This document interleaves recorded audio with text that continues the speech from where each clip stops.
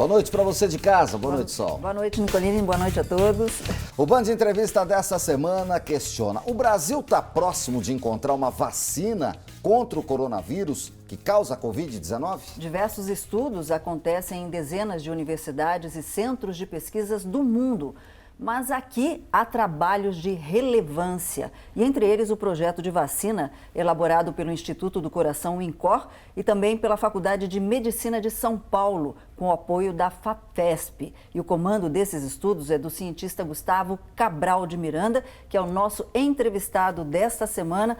Muito boa noite, doutor Gustavo, obrigada pela sua participação no Band Entrevista. Boa noite, é um prazer enorme estar participando mais uma vez de um papo tão bacana, tão relevante para discutir questões tão importantes nesse momento, né? Então, contem comigo. Também participa do programa o repórter do Jornal da Band, o jornalista Márcio Campos. Tudo bem, Márcio? Seja bem-vindo.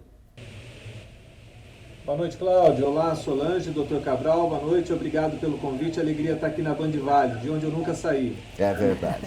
Obrigada, Márcio. Doutor Cabral, a minha primeira pergunta para o senhor é o seguinte: nós vimos aí algumas informações que o vírus, o coronavírus, ele já mutou, ou seja, ele já passou por pelo menos 5 transformações. A minha pergunta para o senhor é a seguinte: isso significa um possível novo pico da doença? Então, isso é normal acontecer, na verdade. É esperado que haja que tenha diferentes cepas. Porque o vírus, além de ser muito novo no corpo humano, né, tem um processo de readaptação, espalhou-se para o mundo, né, virou uma pandemia. Então é natural que isso aconteça. Acontece diferentes cepas, né? Ele consegue ter alterações. O que a gente espera é que essa alteração, essa mudança não seja suficiente para que haja uma resistência ainda maior, por exemplo, contra tratamentos, contra vacinas. Ainda não tem dado suficiente para falar que vai ser suficiente para ter uma mudança significativa para por si só, gerar um segundo pico por causa dessa mudança, dessa alteração. Mas é algo que a gente precisa, sim, ficar atento para saber se realmente vai haver, por exemplo, um novo tipo, um novo subtipo desse coronavírus. Mas é natural que isso aconteça, diferentes cepas, não é? Diferentes formas. Há uma alteração que acontece na Alemanha, já vai uma mutação nos Estados Unidos ou na China. Lá já tem diversas. Isso é natural que aconteça, como eu falei, e vai acontecer no decorrer do tempo, tá? Porque, como eu falei, é um vírus novo, tá no corpo humano há pouco tempo, então ele vai tendo alterações, vai tendo mudanças, porque é um jogo pela vida, é uma alteração, né? Ele vai readaptando, então naturalmente isso acontece. Agora, essa percepção, isso na verdade nos leva a ter uma atenção maior para saber se essa mudança é tão significativa que leva à necessidade de uma alteração da vacina, por exemplo, se essa vacina esse ano tem que ser diferente do ano que vem, ou 2 anos, ou 3 anos, como acontece, por exemplo, com a gripe. Isso só o tempo vai nos dizer, mas, como eu falei, isso de certa forma é esperado que aconteça. Agora, não é algo anormal, né? Doutor Gustavo, com essa discussão de informações sobre o vírus, que ainda se pesquisa e ainda se estuda, isso diminui a expectativa e a esperança de uma vacina rápida ou não tem nada a ver? A vacina deve acontecer nos próximos meses, quiçá aqui no Brasil ou em algum lugar do mundo? A vacina deve acontecer no próximo ano. Eu não duvido disso. E eu não acredito que vai ser apenas uma vacina.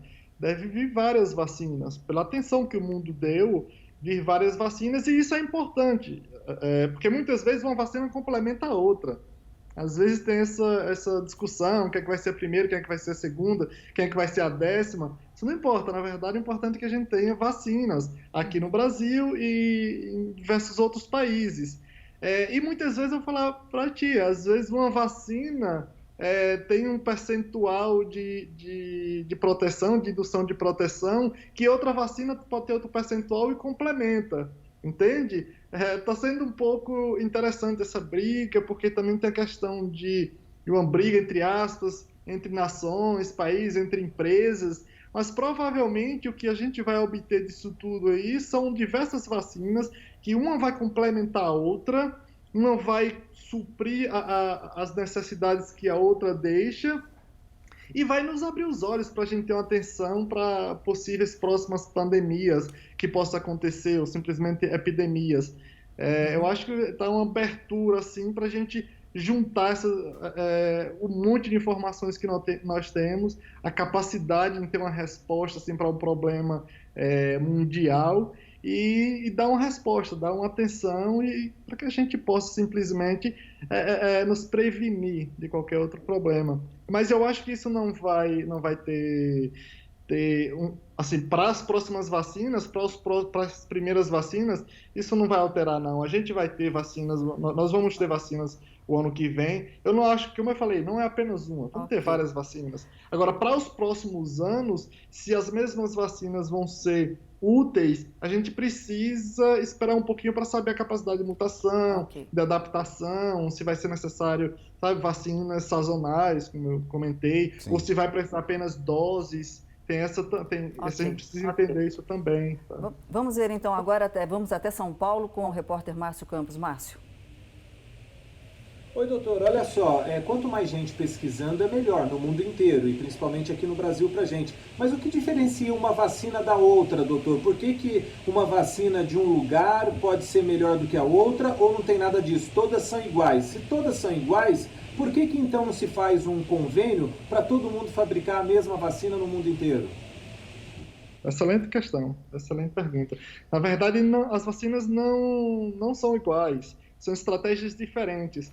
Por exemplo, uma vacina, dependendo da formulação da vacina que é feita, por exemplo, tem uma vacina, dependendo da formulação, vai que uma empresa ou um laboratório, o país desenvolve, por exemplo, há vacinas que elas são muito boas para induzir a produção de anticorpos, por exemplo. Outras vacinas já são capazes de induzir não só a produção de anticorpos, mas outros componentes do sistema imunológico, sabe? Uns utilizam, por exemplo, vírus inativados, e aí o vírus inteiro. Outros já utilizam estratégia ou vacina de DNA, outros vacina de RNA mensageiro. No caso da gente, a gente aqui na USP, juntamente com a FAPESP, a gente já utiliza o virus-like particles, que são partículas semelhantes ao vírus, mas que não tem nenhum material genético. São formas diferentes para a gente tentar obter o que há de melhor.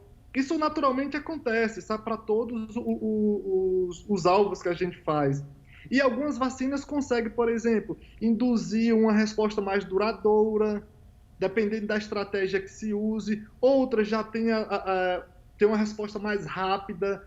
Então, assim, isso acontece. Outro quesito também, assim, a gente não pode ser inocente e imaginar que uma empresa que investe $1 bilhão vai se juntar com outro país, um país que não tenha uma significação financeira suficiente para dar uma resposta, dar um resultado. Então, assim, muitas vezes não é a estratégia melhor, mas é a patente da empresa, é a patente do país, então vai investir naquilo. Bom, daqui a pouquinho a gente volta com mais detalhes. Depois do intervalo, o cientista e pesquisador Gustavo Cabral de Miranda segue respondendo sobre as pesquisas brasileiras contra o coronavírus aqui no Band Entrevista.